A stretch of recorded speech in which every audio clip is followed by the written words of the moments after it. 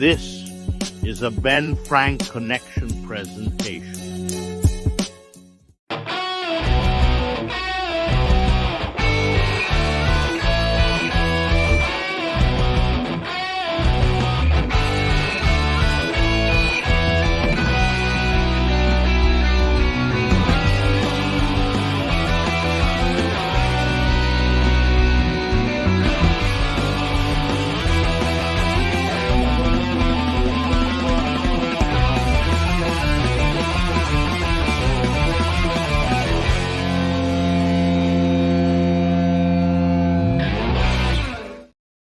What is going on, everybody? We are back for another episode of ABJ Presents Tornado Tag, episode 122. We are reviewing the original showcase of the Immortals, the grandest stage of them all, Wrestlemania. Myself, ABJ, alongside my buddy BP Burke, here on this journey over at Tornado Tag. Before we get into any of that, we do have some housekeeping we want to talk about. Huge thank you to all the support. The podcast was ranked again this week and last week in the top 250 on Apple Podcast and all your podcasting charts. And that is a huge help. Still killing in Thailand too. Still killing it. Yeah, we're number 11 in Thailand now, not Taiwan. But you guys watching Taiwan, on right? YouTube. Taiwan, yes. You guys watching on YouTube and Twitch and Twitter and YouTube and Facebook have been amazing. Really bringing this Tornado Tag back and restructuring it, getting a lot of great feedback from you, from all of you. So I really, really thank you and couldn't thank you enough for that. We got some housekeeping. So if you want to go check out our first ever horror episode, myself and Courtney Smith talk about some Terrifier on Not Cool in High School Horror making its debut.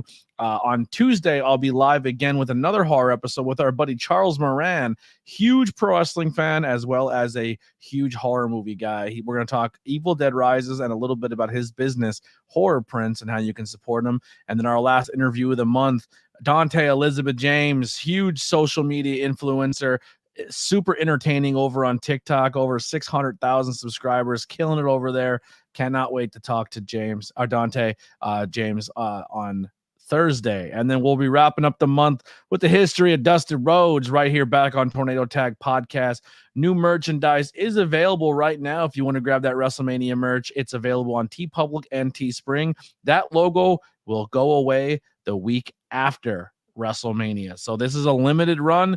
It might pop back up here and there, maybe for a special appearance, but this will be a limited run till next week. So get it while you can. All the logos have up when I finally bring you over to the dark side. That's what's going to pop back up. Listen, if Washington keeps playing these games, I might just become an Eagles fan at this point. But yeah, so definitely go check out those logos. All of the logos have been taken off the merch pages, and the only ones that are available are the ABJ podcast and then the shows, Not Cool High School, Tornado Tag, 5 Questions with ABJ. All of that merchandise will never go away because they're the main staple shows, but all of those bonus content ones, they will pop in and out throughout the week or throughout a month or two, and then they'll be limited runs. So maybe entice more people like, oh, this shirt will go away soon, so get it while I can.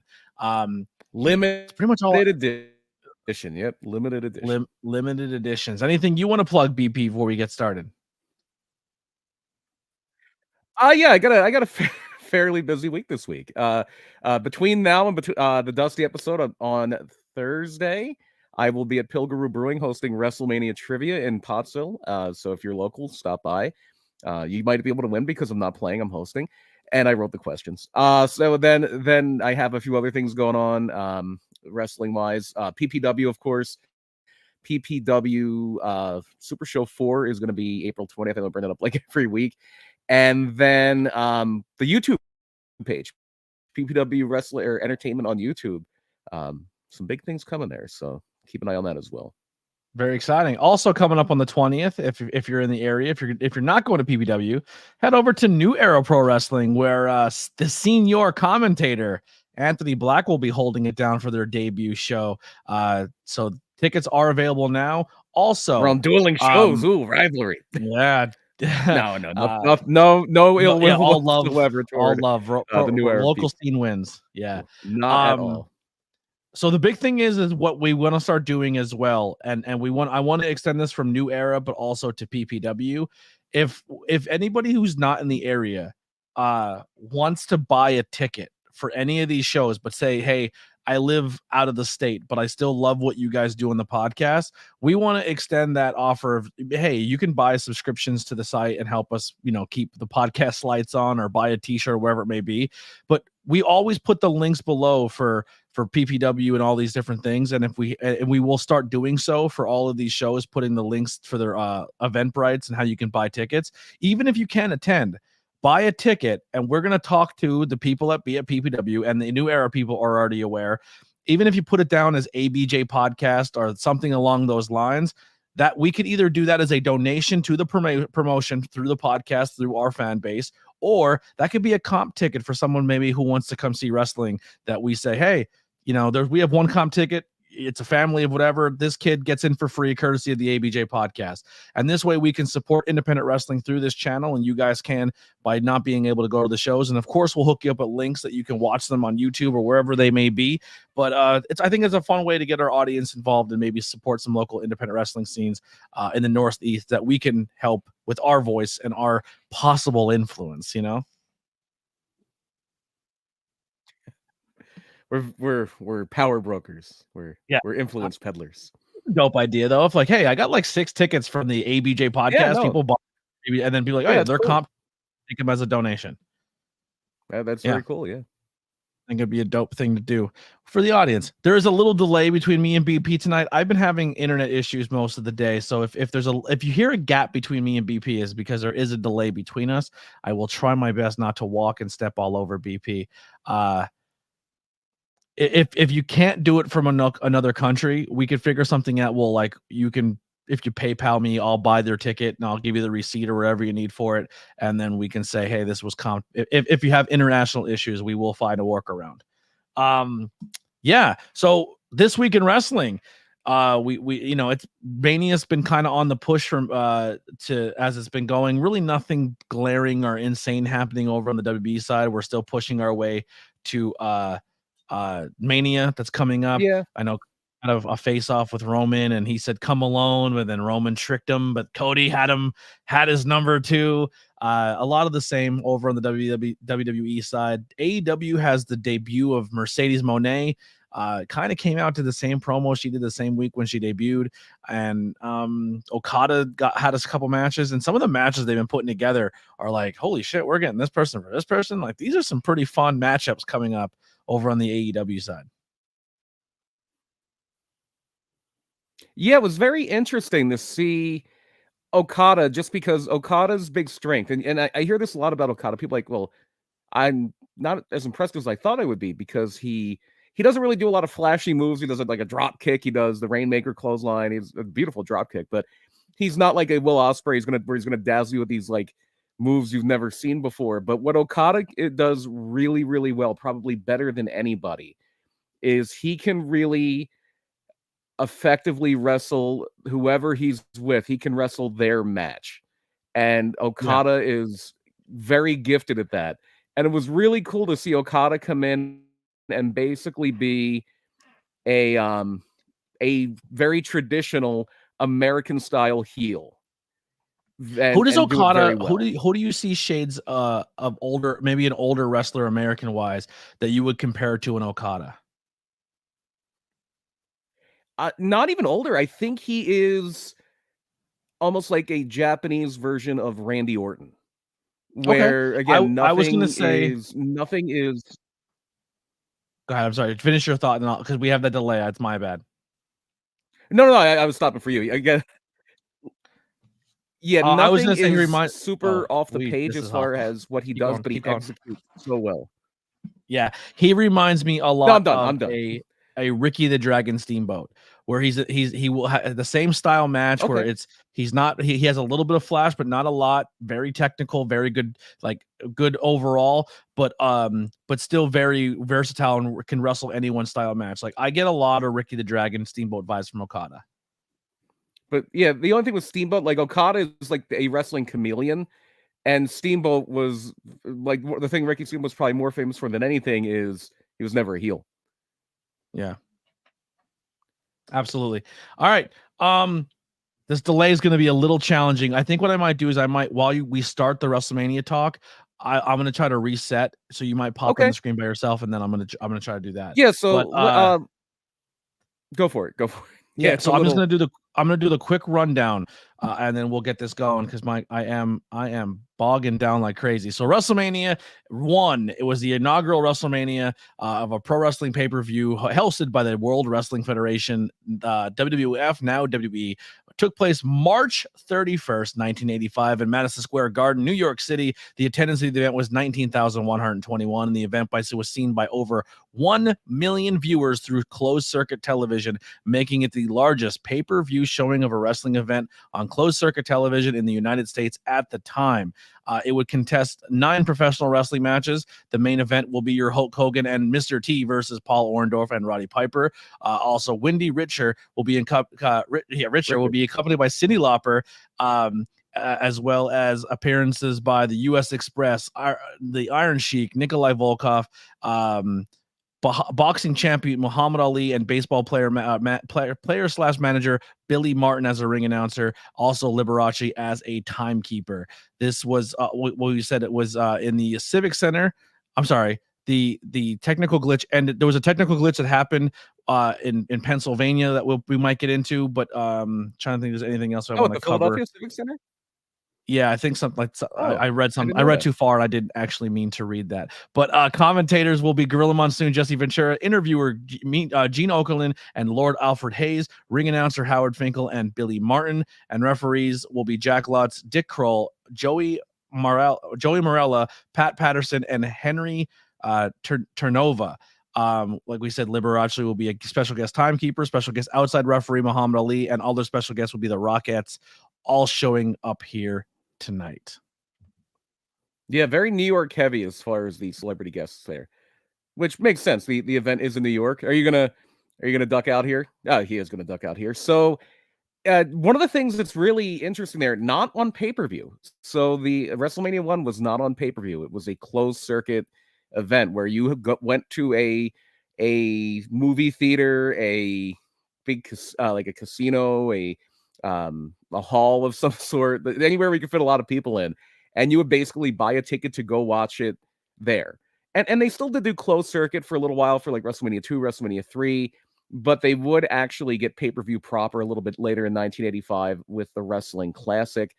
And this is really the apex of the rock and wrestling connection at WrestleMania. So WWF's surge, obviously Hulk Hogan's a huge part of it. And there's other people who are a huge part of it. But it all kind of happens. It all kind of starts with a plane ride. WrestleMania starts with a plane ride, which is right? What's that?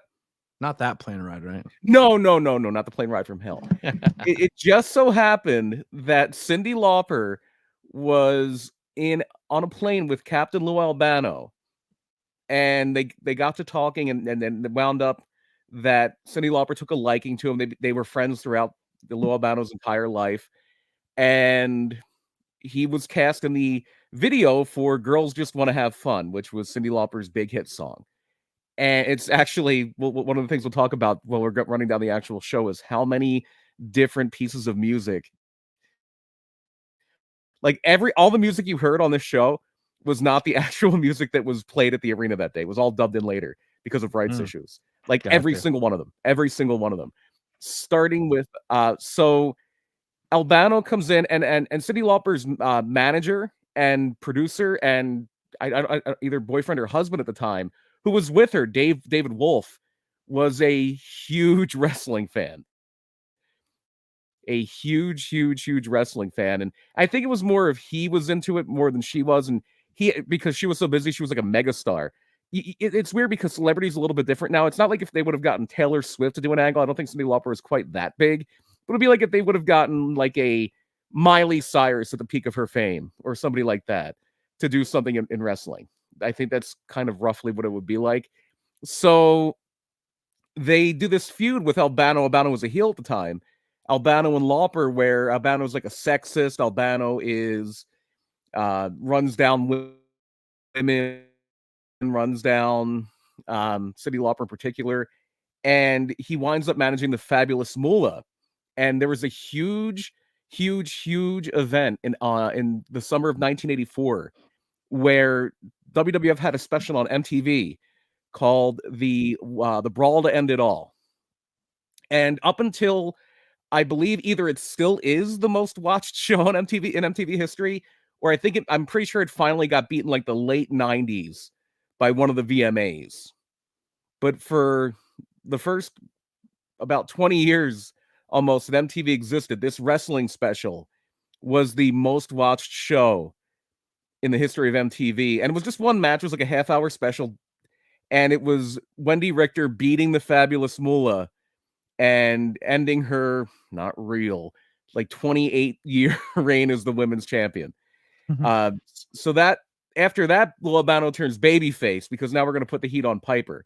Like Lauper and Albano become friendly. Albano starts managing baby faces, and they follow up the Brawl to End It All in February. So about 6 weeks before WrestleMania, they do the War to Settle the Score on the War to Settle the Score on my brain just kind of evaporated there for a second.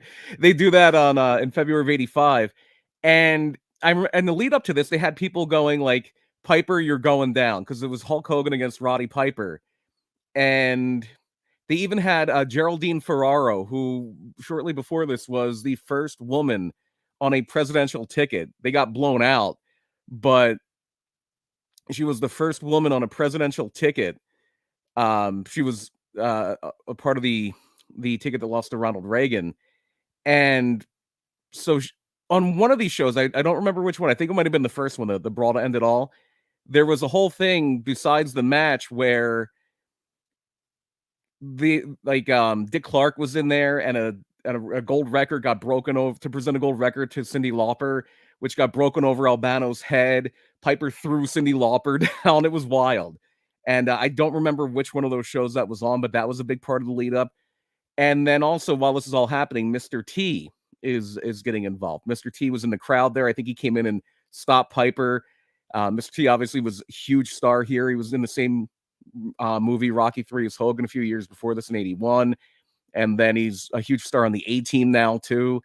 So this is all kind of leading the WrestleMania, which was this is really what made everything else possible. Vince McMahon, if WrestleMania would have been a failure, Vince was probably done. He put all his eggs into this basket. He put all of his eggs in this basket. If it didn't do great, closed circuit, and he had gambled on closed circuit and lost before. Vince was one of the closed circuit promoters for the infamous fight between Muhammad Ali and Antonio Inoki in the 70s. He was involved with a closed circuit for an Evel Knievel stunt jump that tanked. So he was going back to the well, but it was with actual wrestling this time. It was with his product. He was going back to a well where he took a beating 2 times before this. And the result is WrestleMania. One of the things we were talking about before we went live here is that the night before this, so March 30th of '85, and I actually just watched it in the lead up today, Hogan and Mr. T hosted Saturday Night Live. They were all over the media. They did a great job getting the marketing machine behind this, and obviously it was a success. Look at where we are now. Yeah.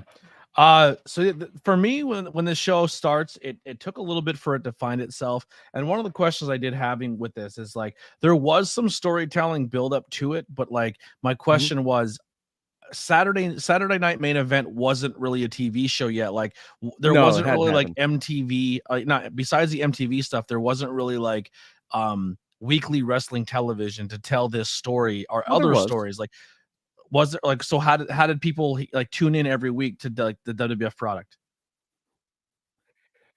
So this is like cable is still kind of new at this point.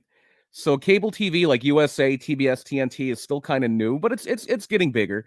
It's growing, but still your bread and butter is syndication, and it's I think at this point it still wasn't. I think it was still Championship Wrestling, which is the one they usually filmed in Allentown, and All Star Wrestling, which was the one they would film in Hamburg. I may have those mixed up, but they were still doing the TV tapings at the Hamburg Fieldhouse that they did before Vince bought the company. And that was your weekly TV. And then with cable, They also had Tuesday Night Titans. They even mentioned Lord Alfred Hayes is one of the hosts of Tuesday Night Titans. All American Wrestling. Ryan Vox just put in the chat. All American Wrestling was another live wrestling show, or not live, but it was a wrestling show they had on USA.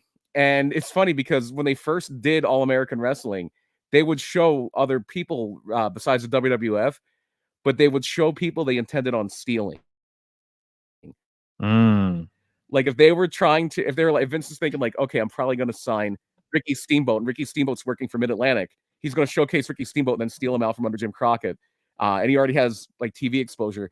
But at this point, your big drivers, like the cable thing is big, and obviously the MTV stuff was a huge step forward with this. But you did have your syndicated shows. You still had they would go on like in a few years, that like a year or two after this, it would be Wrestling Challenge and Superstars, because really until Monday Night Raw, until like 1993, most of your big angles happened either on Saturday Night's Main Event, which was a special they did like maybe 5 or 6 times a year, or they happened on Superstars or Wrestling Challenge. Okay. It was those Saturday morning syndicated TV shows. Yeah. Real quick before we get any further, for our live chat viewers, we are reading the comments. Appreciate you guys, and huge thank you to A for the $3 super sticker. That helps out more than you guys know. Thank you. I will be getting to our subscriber people towards the end of the show, so I did not forget that. Just hang out towards the end for that reading. But yeah, so Mean Gene is going to be your person to sing your national anthem, and I think Ryan Vox kind of alluded to it. After this, All Mania is switched over to America the Beautiful. So, but Mean Gene Okerlund out here singing. It was supposed to be a celebrity guest singer, but they refused to name who failed to appear. So I don't know if that was ever talked about or discussed who was originally supposed to do the national anthem, but they always said that they never really said it was supposed to be somebody, but that it ended up being Mean Gene. So to grade Mean Gene here, not as good as Boys to Men, better than Rockin' Robin. Yes, and boy, does he speed run through this. And he has cards, so he doesn't forget the lyrics. I noticed he was reading at the cards. And then do you think if somebody would I did notice, like, I think I would be able to I'm sorry. I had a little bit of that delay's kicking in. You're good. Yeah, so with this delay, you play boss. Like if you just get your thoughts out and I'll work off you. Okay, yeah, that works. It's a rough one. It's funny. It's a rough one today, everybody. We apologize. They definitely did switch over to America the Beautiful. I just kept it on after I was done watch WrestleMania. WrestleMania 2 clicked on, and yeah, Ray Charles is WrestleMania 2, and it's America the Beautiful, and it's Aretha Franklin very famously for WrestleMania 3, and I think WrestleMania 4 was like Gladys Knight. So they did tend to stick with the celebrities for the most part. But yeah, Okerlund did fine. And I think they just liked having Gene Okerlund sing too, because this is around the time of the first wrestling album. And around the time of the first wrestling album, which Mean Gene Okerlund sings Tutti Frutti on. Yeah. And it's funny because that also has Real American, but at this, I don't think Real American was something they had yet. And originally wasn't going to be for Hogan, it was going to be for somebody else on this card. It was going to be for the US Express. Yeah. So when Mean Gene does this, do you think in modern times, if you ask the crowd for participation and go, "Come on, everybody," during the national anthem, do you think you'd be crucified for that?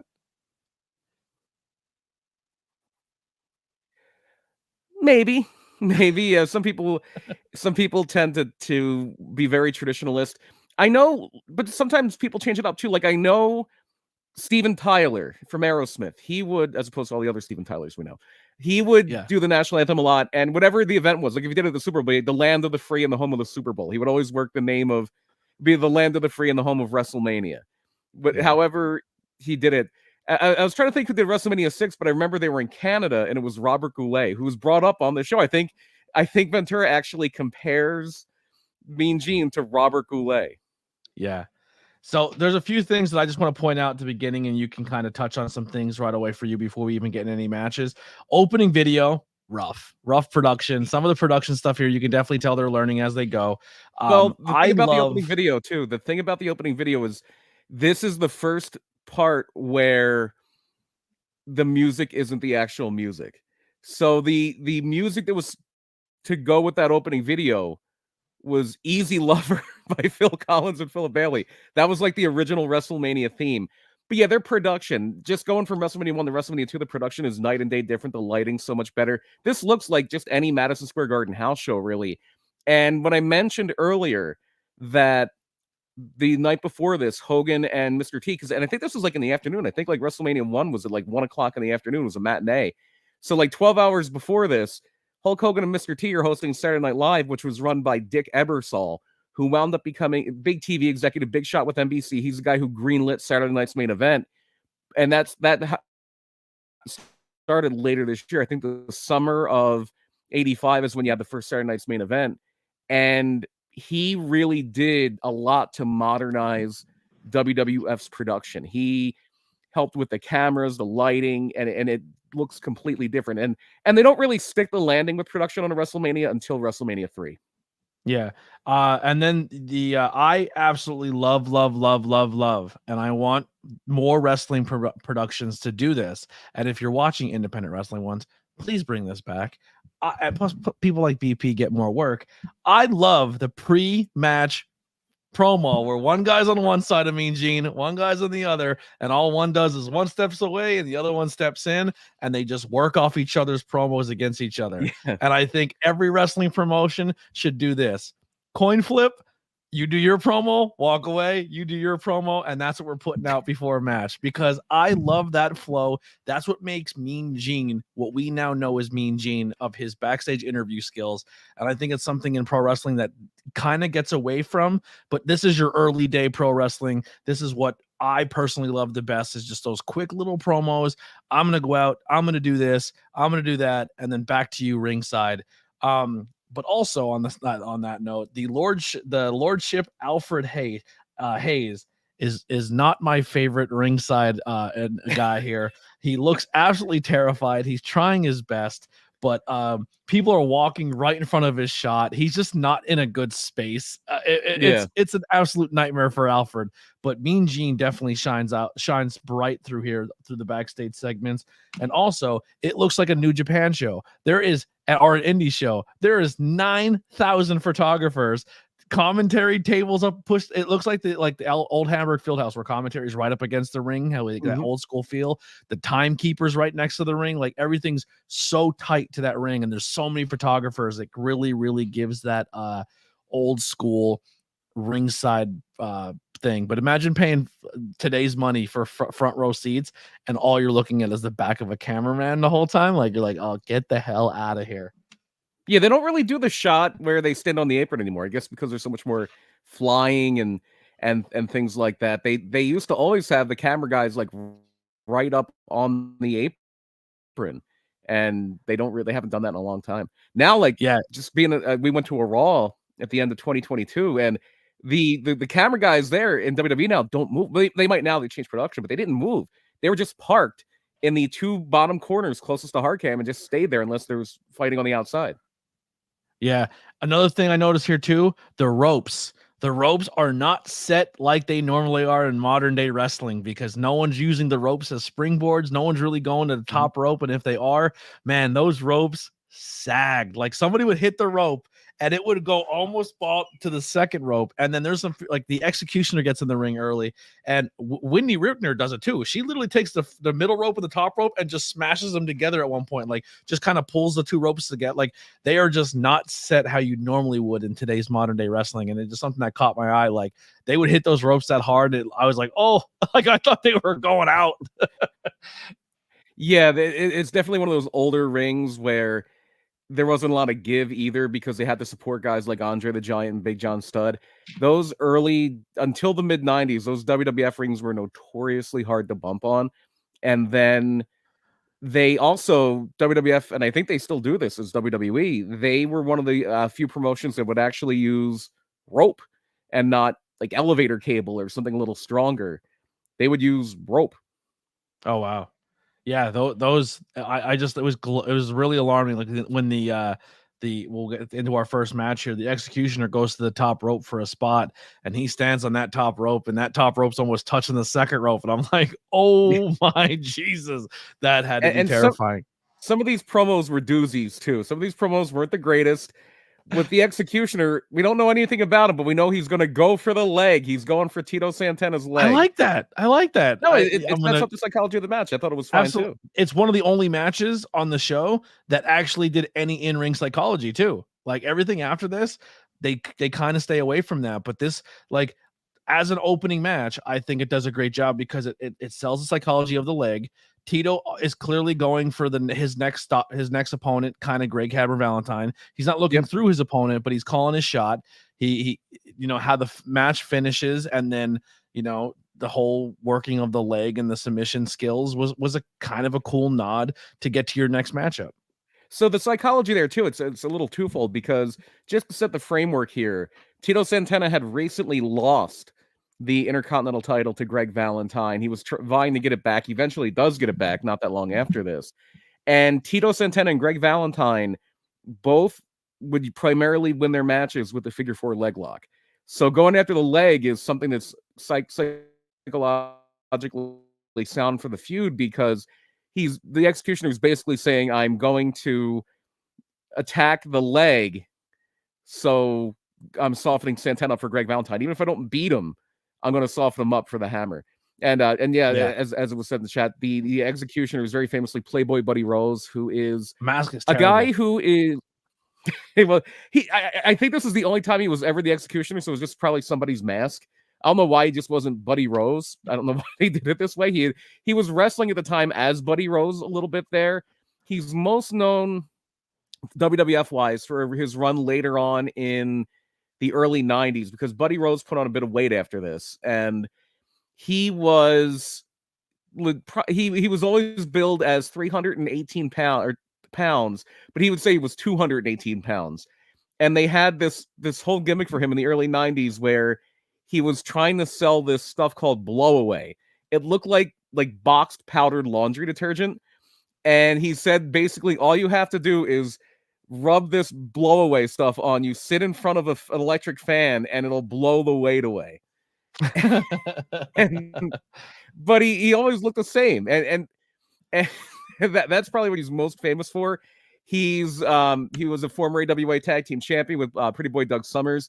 I don't think this is anywhere, but if you see some of those old matches with Buddy Rose and Doug Summers against the, at the time, Midnight Rockers, it's one of the last great AWA feuds. And Buddy Rose was also a big star in Portland. That's kind of his home territory. And also, this is kind of a thing that's a little lesser known. Buddy Rose was very instrumental in archiving a lot of wrestling, because he may have been, they think, one of the first handful of people in the United States that had a recordable VCR where you could record things off of your TV. And so he was one of the early people who would tape wrestling. And a lot of the Portland TV we have, early Portland stuff we have, or wherever territory was at, is because of Buddy Rose. Wow. Yeah. Overall, good match. I didn't hate it. It's a good opener. Tito Santana is a very beast. Good. And Buddy does a great job being the masked heel and telling the story. He wins with a submission here. And once again, he kind of calls out, I'm coming for you, Greg, because I won with your move. Our next match here is going to be SD Jones. Huh? Very quick match. Yes. Versus King Kong Bundy. And boy, this one is quick. It's a squash. One thing I wanted to point out here, SD Jones with some Phillies-inspired gear. He is billed from Philadelphia, Pennsylvania, and he's rocking these Phillies, kind of like that powder blue, red, maroonish Phillies colors gear. But this one goes down in 9 seconds. Now it says the former record for fastest wrestling match is 23 seconds. Do we know who holds that at this point? No, and this match was way longer than 9 seconds too. So right. there have been shorter matches since. I'm trying to think of memorably short matches. I know there was one with Diesel and King Mabel from, I think it was a Raw in early 1996. It was the Raw Bowl, and I think it's eight. Its build is 8 seconds. Diesel just basically charges across the ring, boots Mabel, and pins him. So they're just trying to heat up Bundy here, and it works. Bundy, by the next WrestleMania, Bundy's in the main event. So Yeah. Bundy, this is just a Bundy showcase. A Bundy showcase. Backlund and Diesel too. Yeah, Steven Chambers in the chat. Backlund and Diesel had kick to the stomach, jackknife, 1, 2, 3. That's probably the quickest. Sheamus and Daniel Bryan was 18 seconds, which was Sheamus and Daniel Bryan is actually probably legitimately shorter than this because there was no way this was 9 seconds. Yeah, they were saying on commentary 9 seconds, but it definitely wasn't. Our next match here, this is probably one of my favorite matches on the card. I thought it was Matt Bourne versus Ricky the Dragon Steamboat. Yeah. Promo in the beginning was fun. Ricky the Dragon Steamboat at this point is in like a bulking phase. This dude is Hoss mode. Like he's just rounded and just like bulked. Because later on when he goes to wrestle Macho Man in what 2 more WrestleManias from now, he's very lean. Like he's still very big, but he's leaned out. He's cut up. He's very defined. But this is Hoss mode. Ricky the Dragon Steamboat. Matt Bourne, insanely talented man. He bumps so well here. He sells. But one of the things about Matt Bourne is, man, his charisma is really, really good. Like from the second you see him, you think this guy's a dick. Like this guy is a bad guy. Like the way the referee's double checking him and he's talking to the ref and he's doing like cross my heart, but like you can mouth what you can mouth what he's saying to the referee, which I think is important when you're relaying that to a TV audience or a crowd in the thing. Very, very insanely talented. Once again, we talked about him before, and obviously with his Dark Side of the Rings and stuff, but as a talent, man, so goddamn good. And he does something in the beginning of the match that I don't know if it's him trying to be funny, if he's trying to pop. Oh, he is a bit of a clown. He is a bit of a clown. Or to pop Ricky, but he drops down to the knee and he does a Jimmy Snuka pose. Well, Jimmy Snuka and Ricky Steamboat at this time were a somewhat regular tag team. They weren't like always tagging up, but they were called the South Pacific Connection. So yeah, it was probably it was Bourne mocking Steamboat by like doing his tag partner's pose. Mocking Steamboat, or maybe telling the crowd how the match is going to finish. Or that he could be telegraphing a little bit. Because this match finishes with a crossbody, and they literally say on commentary, shades of his partner. Jesse goes, shades of Jimmy Superfly Snuka there with that crossbody victory. Snuka, yeah. Shades of Jimmy Snuka, Gino. Nobody calls Gorilla Monsoon Gorilla in this entire show. Lord Alfred and Jesse call him as Gino. Gino, yeah, the whole time. That's what everybody called him. He was Gino Morella, like that. That's what everybody called Gorilla Monsoon. But it was weird just to kind of like, was it him blowing the finish just to be like, hey, he's beating me Snuka style, or was like, you know what I mean? Like maybe Matt Bourne's just very good, very, very talented, very interesting. Matt Bourne. I thought this match was good. I thought it was a really good pace. I thought yeah, I don't know. I enjoyed it. But one of the things I will notice with this pay-per-view, and this is where it really starts hitting home for me, was match 3 is when it really started hitting my brain. And I was like, oh, this is different. Like, you understand, like, the way they do a pre-match. Guy comes down. Usually one guy's already in the ring. The heel's already in the ring as the promos happen.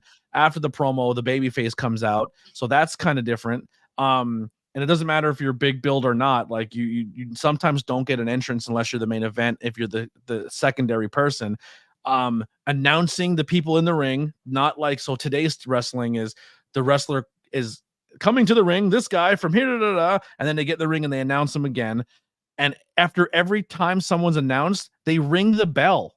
The bell's being rung every 30 seconds. Like in between people, bell ring, match start, bell ring, match over, bell ring. Match over, and maybe a bell ring. Like if you do a drinking game at WrestleMania 1, every time the bell goes off, you are dead. You're going to the hospital for alcohol poisoning because that bell goes off all the time. That bell's ringing like crazy. Yeah, and I wish they would have taken the time that this Steamboat Matt Bourne match got and the time that the next match got and just flipped them. Because this next match, I quite literally fell asleep on this next match. Next match is rough. I will say, when you're talking about match, though, all-time, when you're talking about all-time bad second-generation wrestlers, we're going to be talking about one of them here. Yes. So next match is going to be David Sammartino with his dad, Bruno, taking on Brutus the Barber Beefcake and Johnny Valiant. So one thing about this match that I love, straight from the promo, is Johnny Valiant. I got to learn more about this guy. I don't know a lot about Johnny Valiant. I want him as a future topic. This guy is entertaining as fuck. He literally steps in front of the camera, doesn't let the camera see Brutus. He goes, I'm not letting you talk. And he's talking through these sunglasses, and he lifts them up and he's cross-eyed and he puts them back down.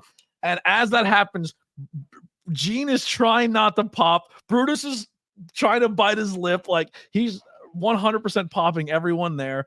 He's just insanely entertaining. I could not stop looking at the stuff he was doing after the promo in the ring, the way he took bumps at later on, spoiler alert. Bruno comes flying down wrestling. Like Bruno looks amazing at 50 years old here, or whatever, how old he is. He looks like he still can go. Like, he can get in the ring and put a 25-minute match on. He wrestled not all the time, but he would wrestle occasionally up until about 1986. Or 1987 rather. He did a lot of matches with Savage when Savage was Intercontinental Champion. He did matches with, in fact, this match is basically, it's funny because this is it's not a pay-per-view, but it's literally the first this was just closed circuit. It wasn't on pay-per-view. Pay-per-view wasn't really a thing yet. They had a pay-per-view later in the year, the Wrestling Classic. But this match was basically there to set up a match at the next show at the Garden. Either the next show at the Garden or the show after, they did Bruno and David Sammartino against Johnny Valiant and Beefcake. And so Johnny Valiant was part of the Valiant brothers, which was Johnny and Jimmy and Jerry. There were a few different Valiants. And Jimmy, and they weren't really related. Jimmy Valiant was obviously more famous for being the Boogie Woogie Man. Talked about him a little bit last month. That was the gimmick last week. That was the gimmick Ole Anderson gave him. But Jimmy was more famous down south. It was usually Johnny and Jerry were the Valiants in New York, as they say. So yeah, Johnny Valiant was it's funny. You can see the influence of Johnny Valiant in a guy I think is incredibly entertaining, Sidney Bacabella. Yes. You can definitely see a bit of that influence. It's like Tony Clifton, Johnny Valiant. You can definitely see the influences there. And yeah, this match was just a little too long. David Sammartino was not great. Brutus Beefcake has a reputation for not being the best wrestler. David Sammartino made Brutus Beefcake look like Bryan Danielson. Yeah, Brutus Bar Beefcake, a young Brutus Bar Beefcake. First off, good looking guy in amazing shape. So like, I didn't see Brutus until much later Manias. Not like the barber yet either. Yeah, and he's not a barber yet, but he also from parts unknown. He's billed from parts unknown. Brutus the Barber Beefcake. But he's kind of a beefcake carry. He looks good. He has a good look to him. He makes, like you said, he makes Dave look like he knows what he's doing, because Dave can't throw a strike to save his life. This match breaks down really weird. Dave gets tossed to the outside. Valiant hits him with a scoop slam, throws him back in the ring. Bruno comes flying over, throws him in the ring. Melee breaks out. Bruno looks 100 times better than his kid with his kicks and his punches. And the referee just says, double DQ, we're out of here. Yeah, no, Bruno Sammartino is the longest reigning WWF champion in history for a reason. Bruno Sammartino was great. And yeah, he was the only guy that he was, and to this point, he probably, on this entire show, I think there's maybe only a handful of people that get a bigger response. Yeah, maybe Andre, I did maybe write that Hogan. Down. When Bruno gets in the ring, that place goes crazy. To this point, yeah, it's by far the biggest pop. Yeah. To this point. And it's our first match of the card where both people that are wrestling are actively still alive. Yeah. Yeah. Not everyone involved, but the two active wrestlers. Yeah. Unfortunately, Johnny Valiant, I believe, got hit by a car, and that led to his passing. Yeah. But most of these matches, you have some people that are still alive. And besides Andre and Stud, and besides SD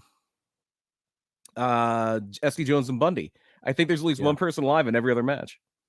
Yeah. But we always say, like, is when the match has two people that are still actively alive. It's our first one now. Like, everyone, like, there, like, a lot of people have passed that are on this, and other people who are still alive that are involved.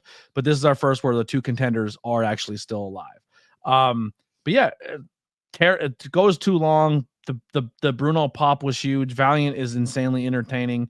He gets punched out and he's getting carried to the back with his eyes crossed, and he's nuts. Match 4 is going to be Greg the Hammer Valentine versus JYD Junkyard Dog. All right, I'm going to sound like a hater. I don't hate you as a human, Greg the Hammer Valentine, but as a kid, I never got you. I thought you were weird. I thought you looked strange. I thought you were funny looking. And I always thought you were like a bootleg version of Ric Flair. I thought like WWE didn't have Ric Flair, so they made their own version. Like he came out with the robe. He had the bleached blonde hair. He wasn't nearly as good looking or in as good shape. But they built him to be kind of a badass a lot, like as the early days, like the IC champion and always kind of in contention. But he uses a figure 4. Like I think his robe says Nature Boy on it or something. I don't know. It's his hammer, but it looks like it's like in the Nature Boy font. Like it's 100% like. And him and Flair at one point in time were tag team partners, from my understanding. But I just never got into Greg the Hammer Valentine. I don't know. I see his matches and I go meh. But this match isn't awful. Yeah. It's not terrible. Yeah, even for this time, Greg Valentine's a little bit of a throwback. His father, Johnny Valentine, was a remarkable wrestler, one of the most popular wrestlers in the Mid-Atlantic territory. In fact, Johnny Valentine was in the plane crash that Ric Flair was in. It ended his career. So the thing with Greg Valentine is it's not just he's kind of relatively new in WWF at this point. There's a few people. There's a small handful of people who were on the first Starrcade and the first Starrcade and the first WrestleMania. Ricky Steamboat was, Greg Valentine was, Roddy Piper was. I might be missing one or two, but yeah, Greg Valentine. In fact, if you want to see a great old school match, Roddy Piper, Greg Valentine dog collar match at the first Starrcade is something. But yeah, Greg Valentine was very dry, and I think that was what made him a great heel. And he was always good at getting heat, no matter wherever he went. He infamously broke Wahoo McDaniel's leg with the figure 4 and had an "I broke Wahoo's leg" T-shirt. So Valentine here he's one of the higher level heels. He would work with Hogan a little bit here and there. And in fact, I think on one of those either War to Settle the Score or Brawl to End It All was before he was Intercontinental Champion. He wrestled Hogan in a match that wasn't on the MTV broadcast. When does the IC title flip from this one to what we kind of mostly know throughout the rest of this era? Not long after this. A lot of the titles change very quickly after this, because at WrestleMania 2, the Intercontinental Champion is Savage, and he has the one that most people think of when they think of the Intercontinental title. These titles are rough looking. Real rough looking. Yeah, all the titles got a bit of a facelift shortly after this. By WrestleMania 2, I think we have the tag titles that most people remember from the Golden Era. The Intercontinental title, most people remember from the Golden Era. You don't get the Eagle title for the WWF title until WrestleMania 3. Yeah, because Andre has his version of the World Championship that's like 10 times bigger because they made it. Yeah, that was the whole thing. It was like, it's a belt that can fit a giant. They were actually they had a belt made that would actually fit around Andre's waist, even though he wasn't winning it. Yeah. So this match kind of breaks down as well. Greg the Hammer Valentine wins. Bump from Jimmy Hart. Yeah. Greg the Hammer Valentine wins, puts his legs on the rope, and then another referee and comes down, and they're just like, his foot was there. Yeah. Tito comes down. Decision. Tito comes down. Yeah. It's one of the only times ever that somebody's like, yeah, well, he cheated. He's like, oh, okay, I believe you. Match is back on. It wasn't even back on. They talked about it forever. Me of a spot they did in Chikara. I think it was Chikara. No, they started the match back up, and Valentine just walked out. He counted himself out. That was how they did that. Yeah. Like Valentine wound up winning, or JYD wound up winning by count out. But that's the only time I can remember. Just the count out spot didn't make sense because it's like, well, he just to restart it for him to walk out again. It was weird. I think it would have been better off just having Valentine win it. I think they wanted to get a little heat back for JYD. JYD, he's relatively new here. He had jumped over from Mid-South, where he was basically their Hulk Hogan. And he would stick around for a bit. Not the best wrestler, but ridiculously entertaining, ridiculously over. And this is all just to set up Valentine and Tito. A few months after this, Tito is going to wind up winning that Intercontinental title back and not having it for long. He drops it to Randy Savage relatively short after. But the only other time I can remember a ref kind of taking somebody's word for it was a thing they did in I'm 90% sure it was Chikara, where they did the heel. It's the 1, 2, and a kick out, and the heel goes, "That was 3. That was 3, ref." And the ref, I think it was Remsburg, just goes, "Okay," rings the bell, like he believed them. Huge thank you to Freak Maniac for the $5 super chat. Don't mind me here. I'm just paying my required horny jail tax. Love to see you. Every time Freak hits on me, I tell him he has to pay a fee. So it's the only way we're making money. If people are gonna say I'm a cutie, they gotta pay for it. You know what I mean? Yep. I gotta cash in on these good looks, BP. Our next match, speaking of cashing in on good looks. It's a weird segue. Iron Sheik and Nikolai Volkov with Classy Freddie Blassie will be coming down with Barry Windham, Mike Rotunda, with one of my all-time favorites, Captain Lou Albano. Drinking a beer, and Captain Lou drinking a beer in the promo. Turn a promo. This is Super Mario, and he's drinking a beer on TV. Well, Lou Albano, when he passed away, it was when Paul Heyman was on the outs with WWE. And Paul Heyman did an interview with Dave Meltzer and Brian Alvarez, because Heyman came up when he was like 15, 16 years old. He would take pictures at Madison Square Garden, and he wound up at a very early age basically driving in Albano and Blassie to the Garden. And Albano was a legendary, like he would be so drunk every time they were at the Garden. He would get drunk, he would get in a fight, he would quit, he would come back. And so Lil Albano was just there, drinking a beer with the US Express. Yeah, insane. With the thing sticking through his skin. The rubber bands. Like, I always think of that with the Captain Lou action figure, which it's more of his WrestleMania 2. It's more of his WrestleMania 2 look, which is like black pants and a blue vest and a t-shirt that has his face on it. He would have the rubber bands on his face. And this is another. Sorry, this is another situation where they dub out the music, because the US Express would wind up getting Real American, but Born in the USA was their theme, and obviously they're not going to pay for the rights to Born in the USA. Yeah. Also with this match, Iron Sheik, Nikolai Volkov's going to sing a different national anthem. Russian, the place hates. Yeah, the place hates it. They're pelting them with garbage. Oh, garbage is the whole show. This match. Someone throws trash in, and then the rest of the pay-per-view is anytime they don't like you, they're throwing trash in the ring. Well, these are now we're moving up the card. These are like the people who are really, really over. Both and the beers kicked in. The beers have kicked in at this point in the show. Yeah. But trash goes all over the ring. This is one of our first inductees of this year's current 2024 Hall of Fame. We're going to get the US Express here as tag team being inducted this year. 2 people on this card from WrestleMania 1 being inducted into this year's Hall of Fame. We'll get to that next one later. But fine match. Everyone involved in this match is good at wrestling. They know what they're doing. And we get new tag team champions with Nikolai Volkov and the Iron Sheik. Yeah, Blassie intervenes. Blassie's cane gets involved, even though I didn't even have a cane. Sheik hits him with the cane. I think the cane cuts Sheik's hand open because he's bleeding like a pig in the post interview. On his knuckle, And if only Tito Santana was there to say, "Hey, they used the cane. They should be disqualified."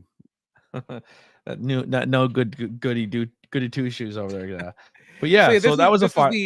This is the requisite. Like, the heels have to win somewhere along the way. So this is the top match that the heels win, and the US Express get the titles back a little bit later in the year, and then drop them fairly quickly to the Dream Team, which was Valentine and Beefcake. And it was shortly around that time, so it was later this year that Wyndham leaves, and it's Rotunda and Dan Spivey for a little bit. Yeah. We'll get into our next one here unless you have anything else going on. Match 6. That was a fun match. Big John Studd versus Andre the Giant. This will be the Body Slam Bounty Challenge, where it's $15,000 if you can slam the Giant. This is a very slow Slam John Studd, not the Giant. Oh yeah, Slam John Studd, not the Giant. This is a very slow paced match, and there's nothing. To me, nothing insane here. Andre was he was a little more mobile than he would be later in his career when he would be a heel, but Nikolai Volkov looked like huge. He looked like a bruiser in that match. But the big thing here, the lead up to this, when Andre the Giant is still a baby face, it was shortly before this. And when we were talking earlier about the TV TV, the syndicated TV Championship Wrestling, All Star Wrestling. That was really where the big angles happened. One of the big angles leading up to this was a tag team match with Andre the Giant and SD Jones against Stud and Bundy, who were both managed by Heenan, and they knock out. Something happens where they knock out Andre. I forget how they knock him out, but they cut his hair because if you ever see old things of Andre the Giant, he had like a big afro. Mm-hmm. And here they actually just it's hitting stores now, but the WWE Walmart exclusive Superstar line, which has a lot of shades of old WrestleMania figures, like there is a Captain Lou with the record and stuff like that. Andre comes with a changeable head, the only figure so far in the lineup that the head changes, and his head is the afro. But then when you take off his black singlet, and I think his legs change too. You can change his legs from black boots to blue boots, and then underneath the black singlet is the blue trunks, and then you put the afro head on. So you could do that version of Andre, or you could do the black singlet Andre and have him face to face with your Hogan. There's two Hogans. There's Hogan and Andre version, and then there's Hogan and a Mr. T, both in their red jumpsuits. Oh, okay. And then very astutely, the commentators point out, if Andre can slam stud, he wins $15,000, but if he can't, he has to retire. It's like, these don't seem like very even stakes. Odds. Like, it seems like Andre's putting up a lot to get this, and he doesn't get the money. No, they run away. The slapping of the hand of Bobby Heenan in the back was great during that promo. Get your hands out of my money. Oh yeah, Heenan's the best ever. Dude. Great. And yeah, so Andre does slam John Studd, and he starts throwing money, probably dollar bills, out into the crowd, and Heenan quickly grabs a bag and runs to the back. But yeah, so it's very plotting. It's not a great match, but they loved Andre the Giant. What can you say? Now we're gonna get match 7 with the fabulous Moolah bringing out Layla and Leilani, and then we're gonna get Cyndi Lauper with some girl, real Wendy fast. Richter. Wendy Richter. I'm gonna fuck you up, Tony Storm. There with a little Tony cam. So for those who are like, who is Tony Storm talking about in the press conferences? Here she is. This is Wendy Richter, who's gonna go for the women's championship here. I'm gonna say this right now. I don't think this is for a women's match. The ladies championship, they called it. Yeah, the ladies championship. I think both of them knew enough what they were doing that it looked like a wrestling match. Yeah. Like, it's better than anything they were both wrestlers. Like, they're not celebrities. Yeah, this was a good match. Yeah, no, I thought it was very good. Obviously, Cyndi Lauper and Wendy Richter are super over. Wendy Richter is one of those people where you don't really get how popular she was. She was so popular. She may have been. She wasn't like at Hogan's level, but she wasn't that far off of it. And what happened was, not too long after this, she thought she should get paid like that because she was that popular, and they thought differently. So she was working around the loop with a wrestler under a mask called the Spider Lady. And I don't know who the usual Spider Lady was, but decades before, or at least a decade and a half before, about a decade and change before Montreal, Wendy Richter wrestled the Spider Lady, but it was Moolah, not the usual Spider Lady. Small package, Moolah cinched up, and they literally screwed Richter. They double crossed her in the match, and she lost the title and left. Wow. So yeah, that's why there's no Wendy Richter at WrestleMania 2. WrestleMania 2, Moolah's the champion again. It's crazy too in this match because there's a point at the end where like everything kind of breaks down and Wendy's about to win, and Cyndi Lauper just is beating the shit out of Moolah from inside the ring, and Moolah's on the apron. And it's so the camera doesn't even catch it. It catches it at the end, and you can tell Moolah like says something to Lauper, and then Lauper comes out of the ring after her, and then people are holding Lauper, and then Moolah gets in the ring and realizes that the 3 count's about to happen, so she just like sells. She just falls to her face and crawls away. So, but she's like, it looked like she's legit trying to get away from Cyndi Lauper, who is just looks unhinged.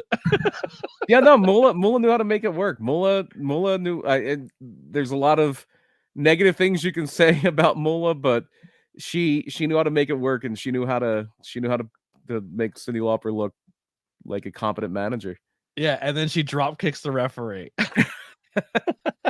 Yeah, it was wild, absolutely wild. I always knew of Cyndi Lauper and I like Cyndi Lauper, but I didn't realize how much I appreciated Becky Lynch's portrayal of Cyndi Lauper more than after watching this again and like having it fresh in my brain.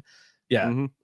Yeah, Becky Lynch did a great job with the voice and everything. Like when they and then they go backstage and they interview Lauper, and she's got fucking lipstick all over her teeth. She looks like a psycho, and she's like, "I'm gonna kick Mola's ass." like Lauper really got into this wrestling bit, and they probably should have used her more because she was into it.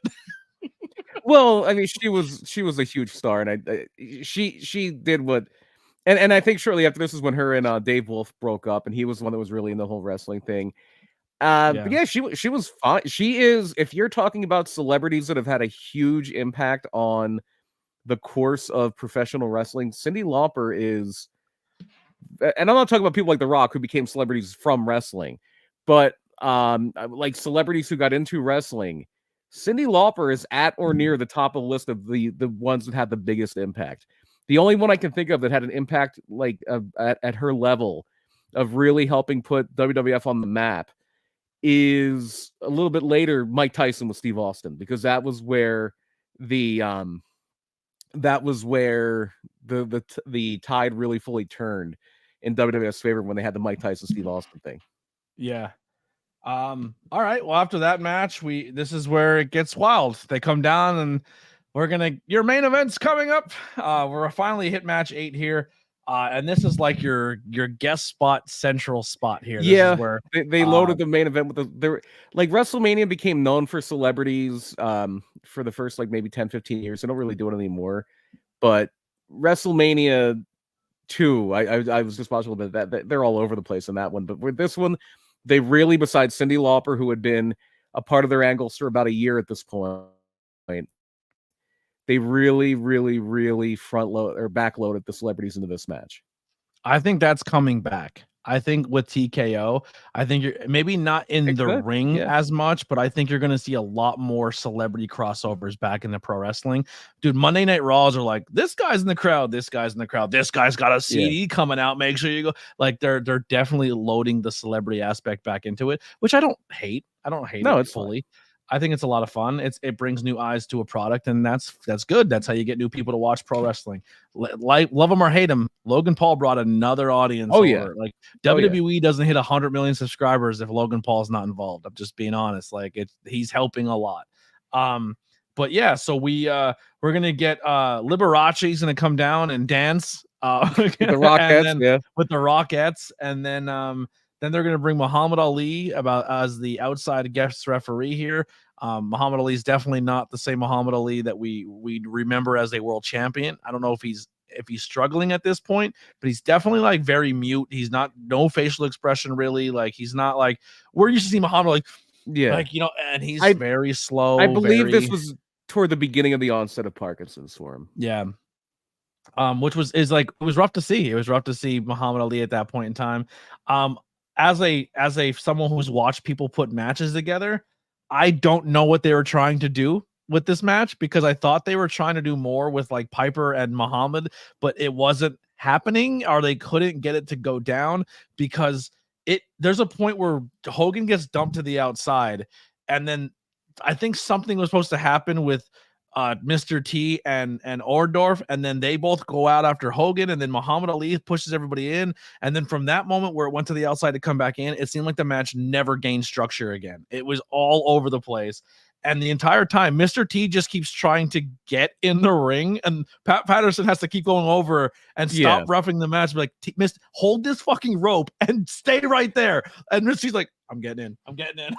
Like he tries to get in like 13 times. That could have been like a little bit of building toward the hot tag and Mr. T not really fully explaining how you work that spot.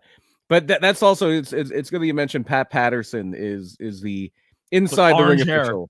The outside the ring official is Ali. The inside the ring official is Pat Patterson, and that's what they did. Like when they would bring in a celebrity, and they were afraid the celebrity might get lost in the match, Pat Patterson was always, because Pat Patterson was the one that would train them too, usually. Yeah. And so Pat Patterson was Stop always there fucking coming in the ring. to make sure things went well. As the other time it happened was WrestleMania 11. Lawrence Taylor and Bam Bam Bigelow. Pat Patterson was also the referee of that match. Oh, interesting. I have to go back and rewatch that. But yeah, that definitely stood out to me is how much Pat Patterson, like Mr. T's just like, I'm getting in. And they're like, well, you can't do that, man. Hogan's like, brother, stay out, brother. Like it was a shit show. There were some others like he and Piper legitimately did not like one another. So there were some things that were going on with it too. Piper and who? You cut out a little bit. Roddy Piper and Mr. T. Apparently Roddy Piper and Mr. T had a little bit of friction.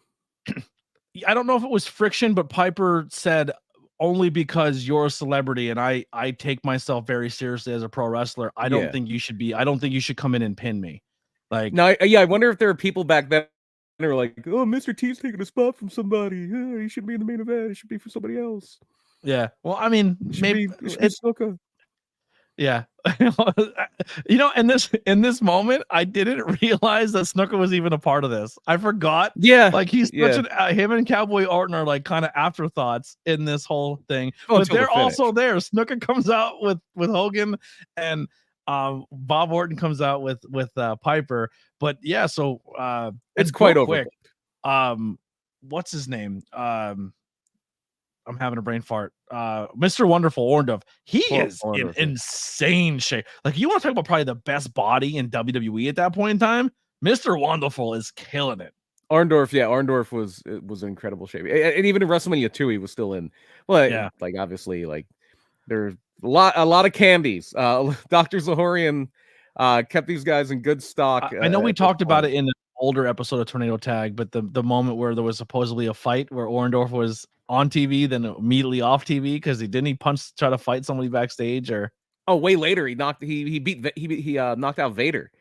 Yeah, that was like the end of Vader in WCW because Orndorff was like an agent at that point. He was wrestling, but he was also like office, and I think he was there was some kind of argument and he knocked out Vader. Yeah, and then Vader got fired, and Orndorff unfortunately shortly after that did suffer a career-ending injury. He did a match later on with a lot of the power plant guys he trained, but he actually got hurt during the match and they had to stop it.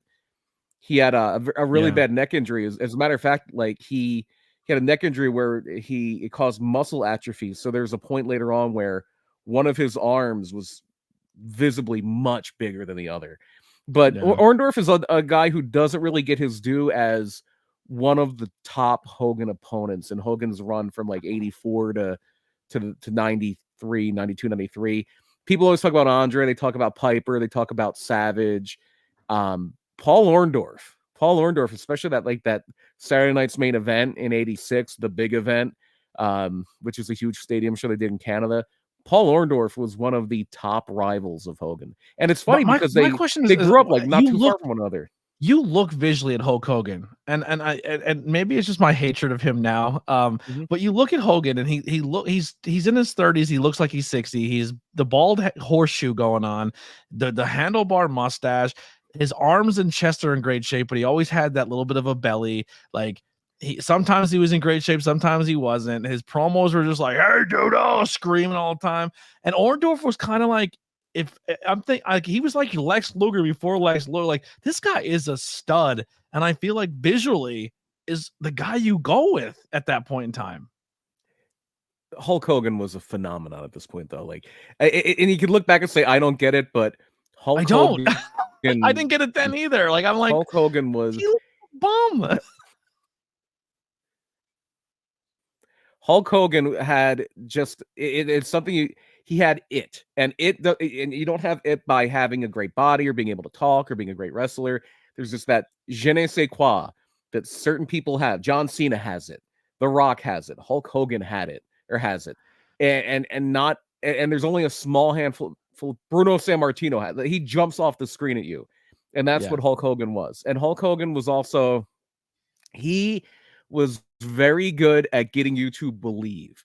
And I think people, because of like the things that have gone on with Hulk Hogan personally, and even before that, even before the whole scandal thing, and the racism stuff, just his reputation as being a politician, like that soured a lot of people on him. But it's Hulk Hogan. And I think of this thing I saw, and I forget who wrote it, but they were like, somebody who watched one wrestling match would say Hulk Hogan is the greatest wrestler of all time. Somebody who's watched like 1,000 wrestling matches will say Hulk Hogan is awful.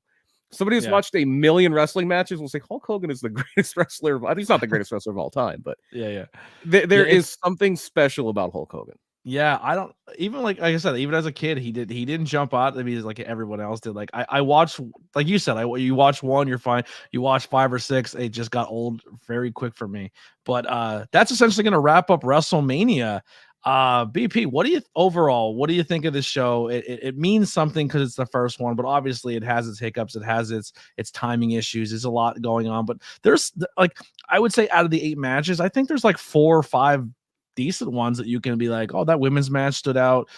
Bourne versus, this person's like Bourne versus Steamboat was cool. Like it told some story to go forward. Yeah, and you have to kind of keep in mind that this is a show that happened 39 years ago. You have to always kind of have that in your head. It would be like in the 80s watching something from the 1940s. We like watching a Jim Landis match. It obviously it's not, if you're comparing it to contemporary wrestling, you're going to say, okay, well, it's a little rough around the edges. It's a little, there's some things there that don't really work. And it's a company that is still trying to find itself. They had their, they were getting there, and they hadn't really nailed down the formula yet. When you're doing your first one, you don't really know what WrestleMania is. Like they literally, like Vince McMahon wanted to call it the Colossal Tussle. I don't think I think like if we wouldn't be talking about Colossal Tussle 40. So it like so much happenstance. Like Howard Finkel has to come up with WrestleMania. Apparently after they were celebrating after the show, and it's like Bobby Heenan says, "Here's the WrestleMania 2," and Vince is like, "What?" It's like, "Here's the WrestleMania 22," and so it's a great look back to see where they were and how far they've come. Yeah, Ryan Vox is exactly right. It's a good snapshot. It is. Yeah, you can see the pageantry, the glitz, the Hollywoodization of it. You can see what they wanted it to be, and early, and then they worked to getting it there. Yeah, and then WrestleMania 2, they almost take a step back because they get a little too ambitious. They go way overboard with the celebrities. There's people you won't even know, like Herb. Herb was in like I think a Burger King commercial, and he's a celebrity. WrestleMania 3 tries to be even more ambitious than that one with multiple cities.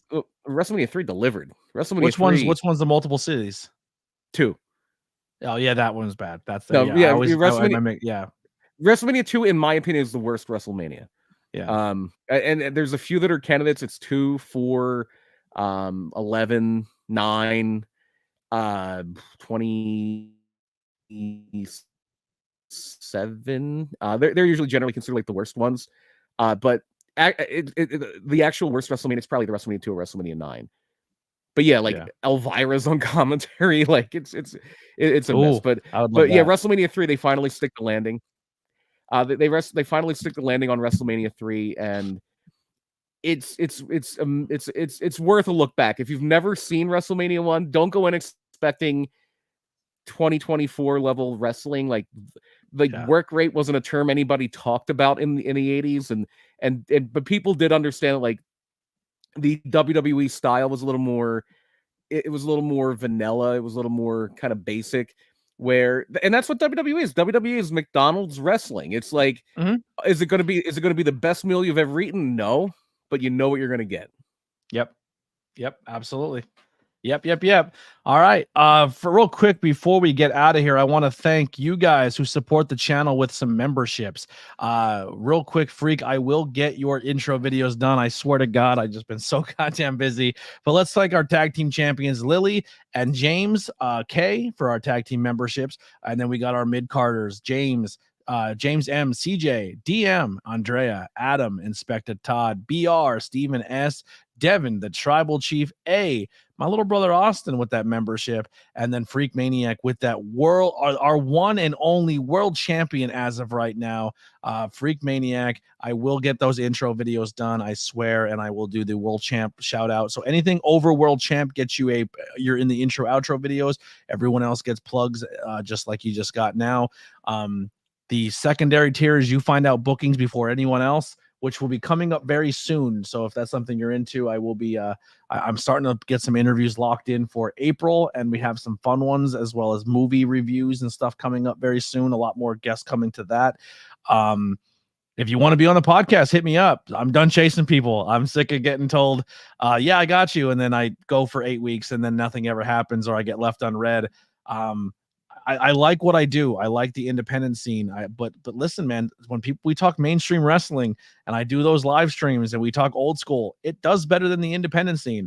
And my heart and soul's in the independent scene, but it's hard to keep your heart and soul there when the independent scene doesn't seem to respect you back for your craft. And I'm not trying to pull any punches or ruffle any feathers, but it is what it is. I'm someone for 6 years now, have driven to as many shows as I possibly can, tried to be a platform for a lot of people. And when people can't share when they've been on the actual show, or when you're trying to reach out to give them a platform to do so, and they tell you it costs you $40, it's like, I'm good. And I feel like people need to start taking the content creator seriously. Now listen, on the same note, podcasters, get your shit together. When you interview people, know your shit. Get your stuff prepared. Go buy a microphone. Invest in yourself. Don't be sitting here on a gaming headset trying to interview people because they're not going to take you seriously. And then when they don't take you seriously, they don't take people like me seriously. But let's try to find that medium, because I think if these podcasters stop covering independent wrestling, no one else is going to. And then promoters are actually going to have to promote. And God, you don't need that, right? Because then the promoters have to put everything on the wrestlers. It's a whole deal. It's a whole deal. So just accept podcasters and work with us. That's pretty much all I got before I get myself in too much trouble. Make sure you see us on your local shows. BP on 420 will be at PPW. I will be at New Era Pro Wrestling Championship. 5 questions with ABJ. We have a new one drop in Monday. I hate that this is all moved around now. I can't see where I'm at. I don't have the graphic up, but we have new 5 questions out right now with Ralph from the Opinion City and Junie Underwood. Both of them are doing really, really well. Our last episode of Not Cool in High School Horror has like 300 plays, which is bonkers to me. And then I will be at Labor of Love Wednesday and Thursday in Philly. And Saturday I will be at a show in Philly. I can't quite announce everything yet, but your boy will be doing Commentary Mania weekend. My goal has been achieved, and I'm very, very excited about that. And I will tell you this, without giving up too much information, but I'm sure if you look enough on social media, you can put the pieces together. It is the best free wrestling card you're going to see WrestleMania weekend. I promise you that. It's one of the best cards WrestleMania weekend independently, and it's absolutely free, and it's star-studded and celebrity. It's like Mania 1. There's celebrities all over this thing, and I will be hopefully doing commentary. I'm pretty sure I'll be doing commentary for that event, so make sure you tune in. We'll keep your eye out. If not, maybe you can be the guest timekeeper. Yeah, I just ring the bell all day long. And Liberace didn't even ring the bell. I know. There was a guy next to him like ringing the bell. He had his little like handbell. Yeah. His little teacup or whatever it was. Yeah. But yeah, so much content coming out. We're gearing up for WrestleMania. We have one more show before WrestleMania, and that'll be the history of Dusty Rhodes. We're going to complete the story, BP. We're going to tell the story, and then hopefully Cody gets to finish that story. But once again, we are 11 subscribers away over on YouTube as well. So if you are watching this on any other platform, shoot over to YouTube, share out the YouTube channel and say, hey, give this guy a couple subscribers, and maybe we can hit 1K before Mania, and that'd be kind of dope. Also on Facebook, we're getting close to 500 or 600 members on the Facebook side of thing. And what's another milestone we're getting close to that? It's pretty exciting. I forget. There's a whole bunch of great stuff happening. We appreciate all of you guys so much for all the continued support. And we'll see you next time on Tornado Tag Podcast. We're out of here, brother.